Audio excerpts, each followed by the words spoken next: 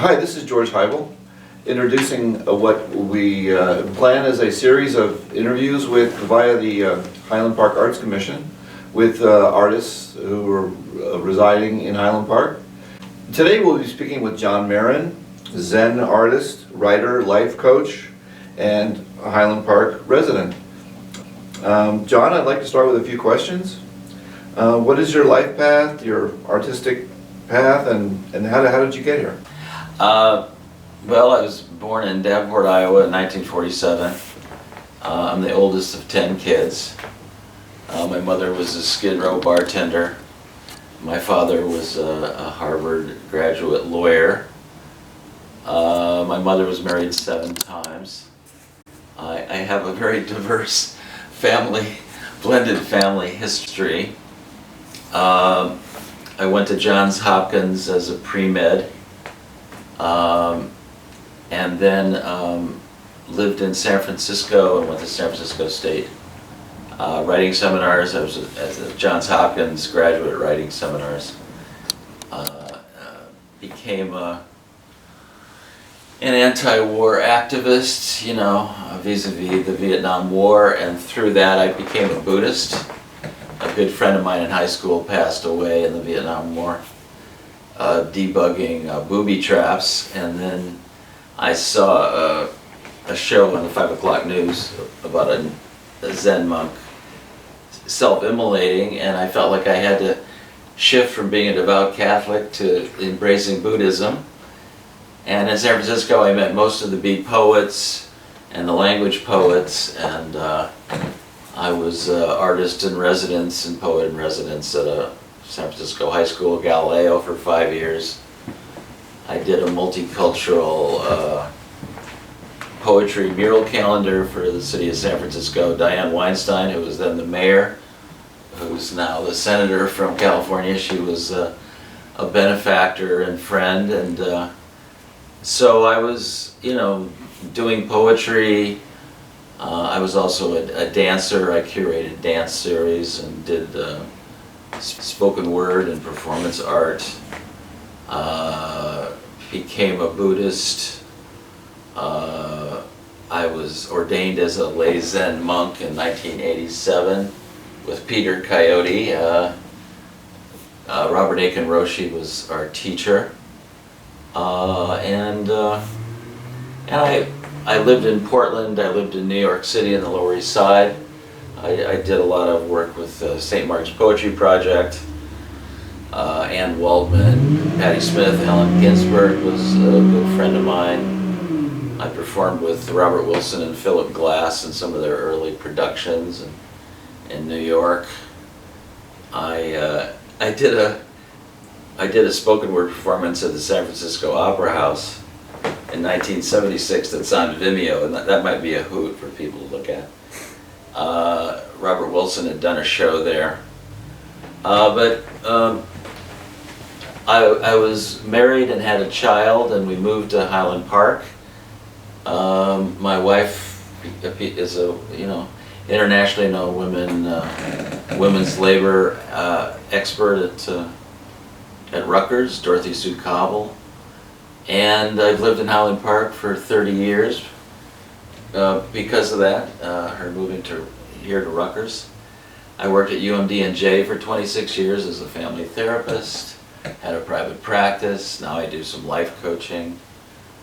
I helped form the Highland Park Artist Collective in 2008. I helped found the Princeton Area Zen Group in 2000. I presently teach meditation at the Soma Yoga Center with Bobby Ellis. I do an open circle meditation group in my house.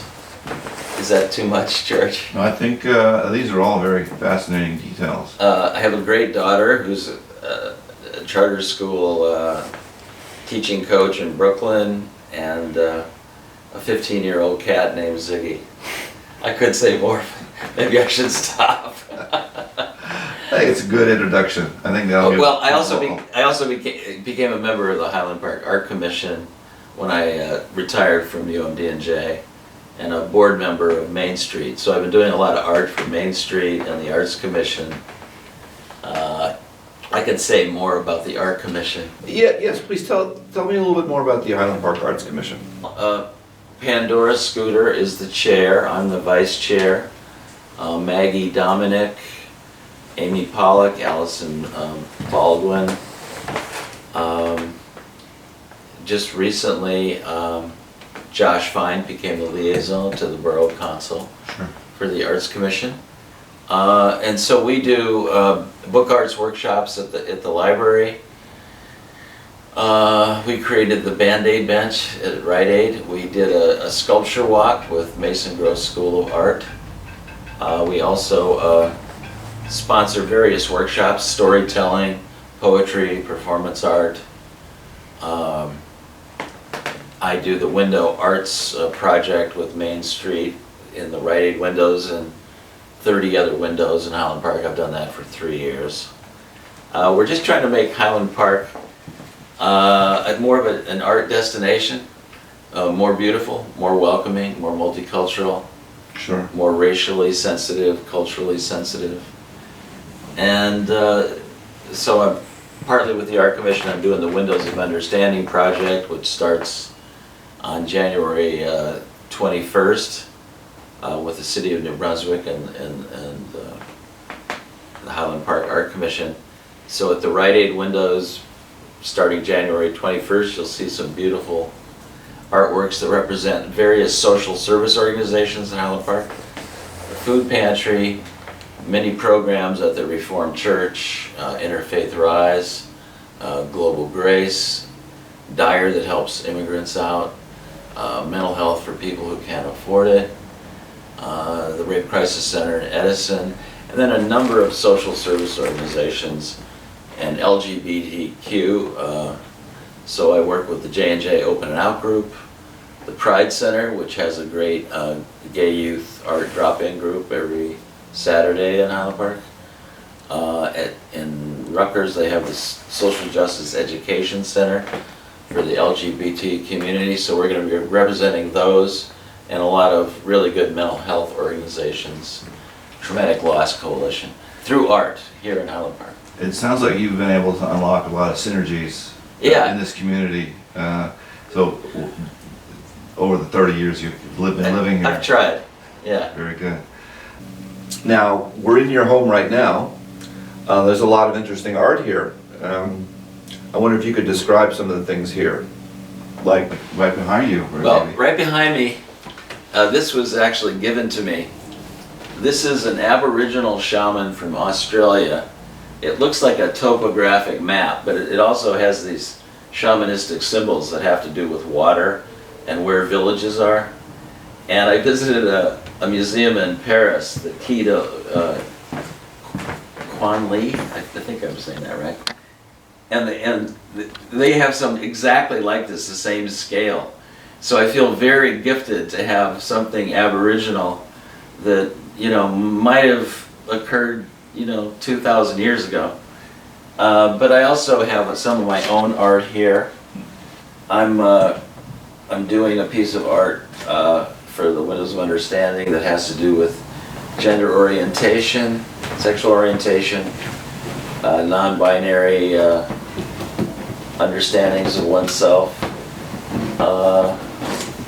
And this piece here also is probably going to be the Mason Gross is going to make that into a poster to represent the LGBTQ community. I could walk around or just stay in place.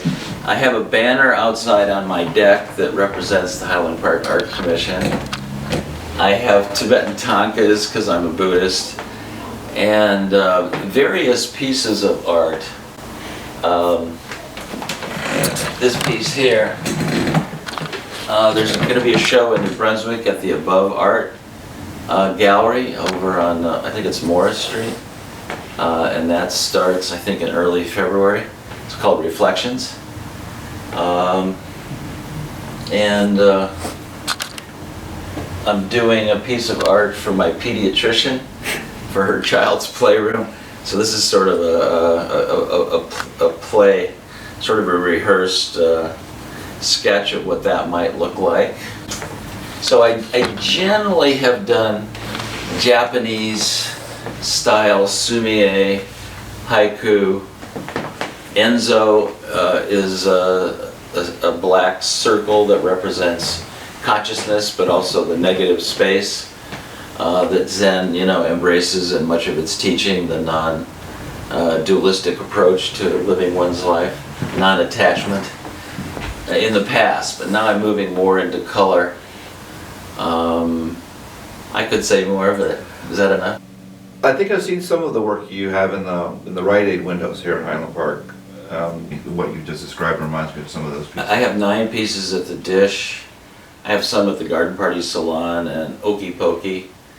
So I was doing mainly black and maybe red, simple, abstract, gestural, splashy, meditative pieces. And now I'm moving more into color, or using color to sort of embrace Zen or something a little bit more playful. You mentioned this show upcoming in New Brunswick. Can you give us some more details about that? It started 3 years ago. It's called Windows of Understanding. Our motto is, we see through hate. Vemos más allá del odio in Espanol. And it really is an attempt to use art to bring across awareness and support of various social service organizations that serve the underserved, in Middlesex County. Yes. So that's the New Brunswick Mayor's Office, the Medjugorje Cultural Center, New Brunswick Arts Center, Mason Gross Graduate School at Rutgers, and the Highland Park Arts Commission, and Mayor Gail Brill Mittler and the Consul have really supported this the last 3 years. Last year we had 2 pieces that represented the anti-Semitic attacks at the Pittsburgh synagogue, the Tree of Life, and that was very moving. Yes.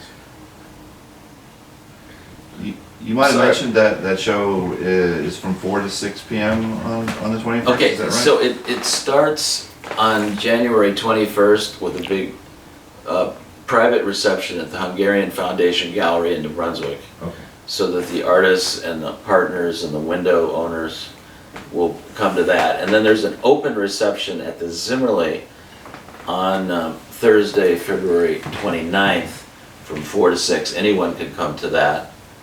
And hopefully we'll have,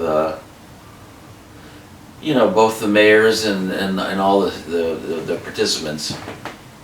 So in New Brunswick, on Monday, Martin Luther King's birthday, there'll be what's called a Table of Understanding at Harvest Moon from 12 to 2. That's a week from this Monday, the 20th. And we decided to start it because we centered it sort of on Martin Luther King, in terms of, his messages of, the arc of truth. How's it go? Justice? The arc of justice bends towards, something like that, right? And so we're trying to use the legacy of Martin Luther King to raise awareness for all these organizations that serve people that have it pretty tough or are discriminated against, race, religion, color, etc. And so that'll run through February 29th and be up in windows in Highland Park and New Brunswick.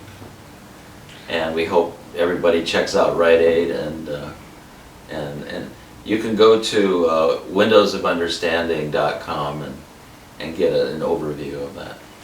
Are there any other shows in mind that you have to work? There is going to be a love show out at the Westerhoff Gallery School of Music and Art. That will start in February. Charu Bakshi is curating that. In New Brunswick, the Above Art Gallery is doing a reflection show, and that will start February 2nd. But I also want to plug Main Street for doing Arts in the Park and a whole variety of wonderful arts-related and community-related projects. To bring people downtown and so we've co-sponsored the Highland Park Jazz Swing band, you know, that's played at Pino's in the community center. And yeah, there's just a number of great cultural movements in Highland Park. And Main Street and the Arts Commission, I think, do a pretty good job of supporting them. Yeah. Very nice. That's good. It's good to hear how active. Rebecca Hirsch, Sure. Javier Zabaleta, wonderful people at the Main Street. I think we're envisioning this as a first in a series of interviews with artists, and you'll be the host of those interviews going forward. Yes, the Arts Commission is really pushing various famous people that have lived in Highland Park, MacArthur Fellowship Award winners, famous visual artists and writers, historians. We're going to be doing some Band-Aid benches. Roy Lichtenstein, you know, famous painter, lived in Highland Park over on Adelaide, and I could run off a bunch of others. I did a whole series on Jewish chicken farmers, talking about the whole Fluxus movement at Rutgers and the Happenings movement, and John Cage and a whole variety of people, and Yoko Ono have been at Rutgers, you know, as in the 80s. And so we want to have a series that represents really amazing artists that have lived here or that are still alive. I mean, Bill Giacalone, I think, is 97 years old, and he's been making great art, you know, in various parts of the world for, you know, 80 years. I could run off some other names, but yes, I'm hoping to get other people to interview who are alive to talk about young people, not just people my age, who are making things happen in Highland Park.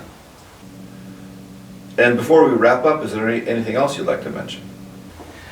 Well, I've been a writer most of my life. I grew up in a very dysfunctional family, and so I published So and So Press, and you know, I published the Mural Calendar. I published Juan Felipe Herrera, who became the first Latinx poet of America.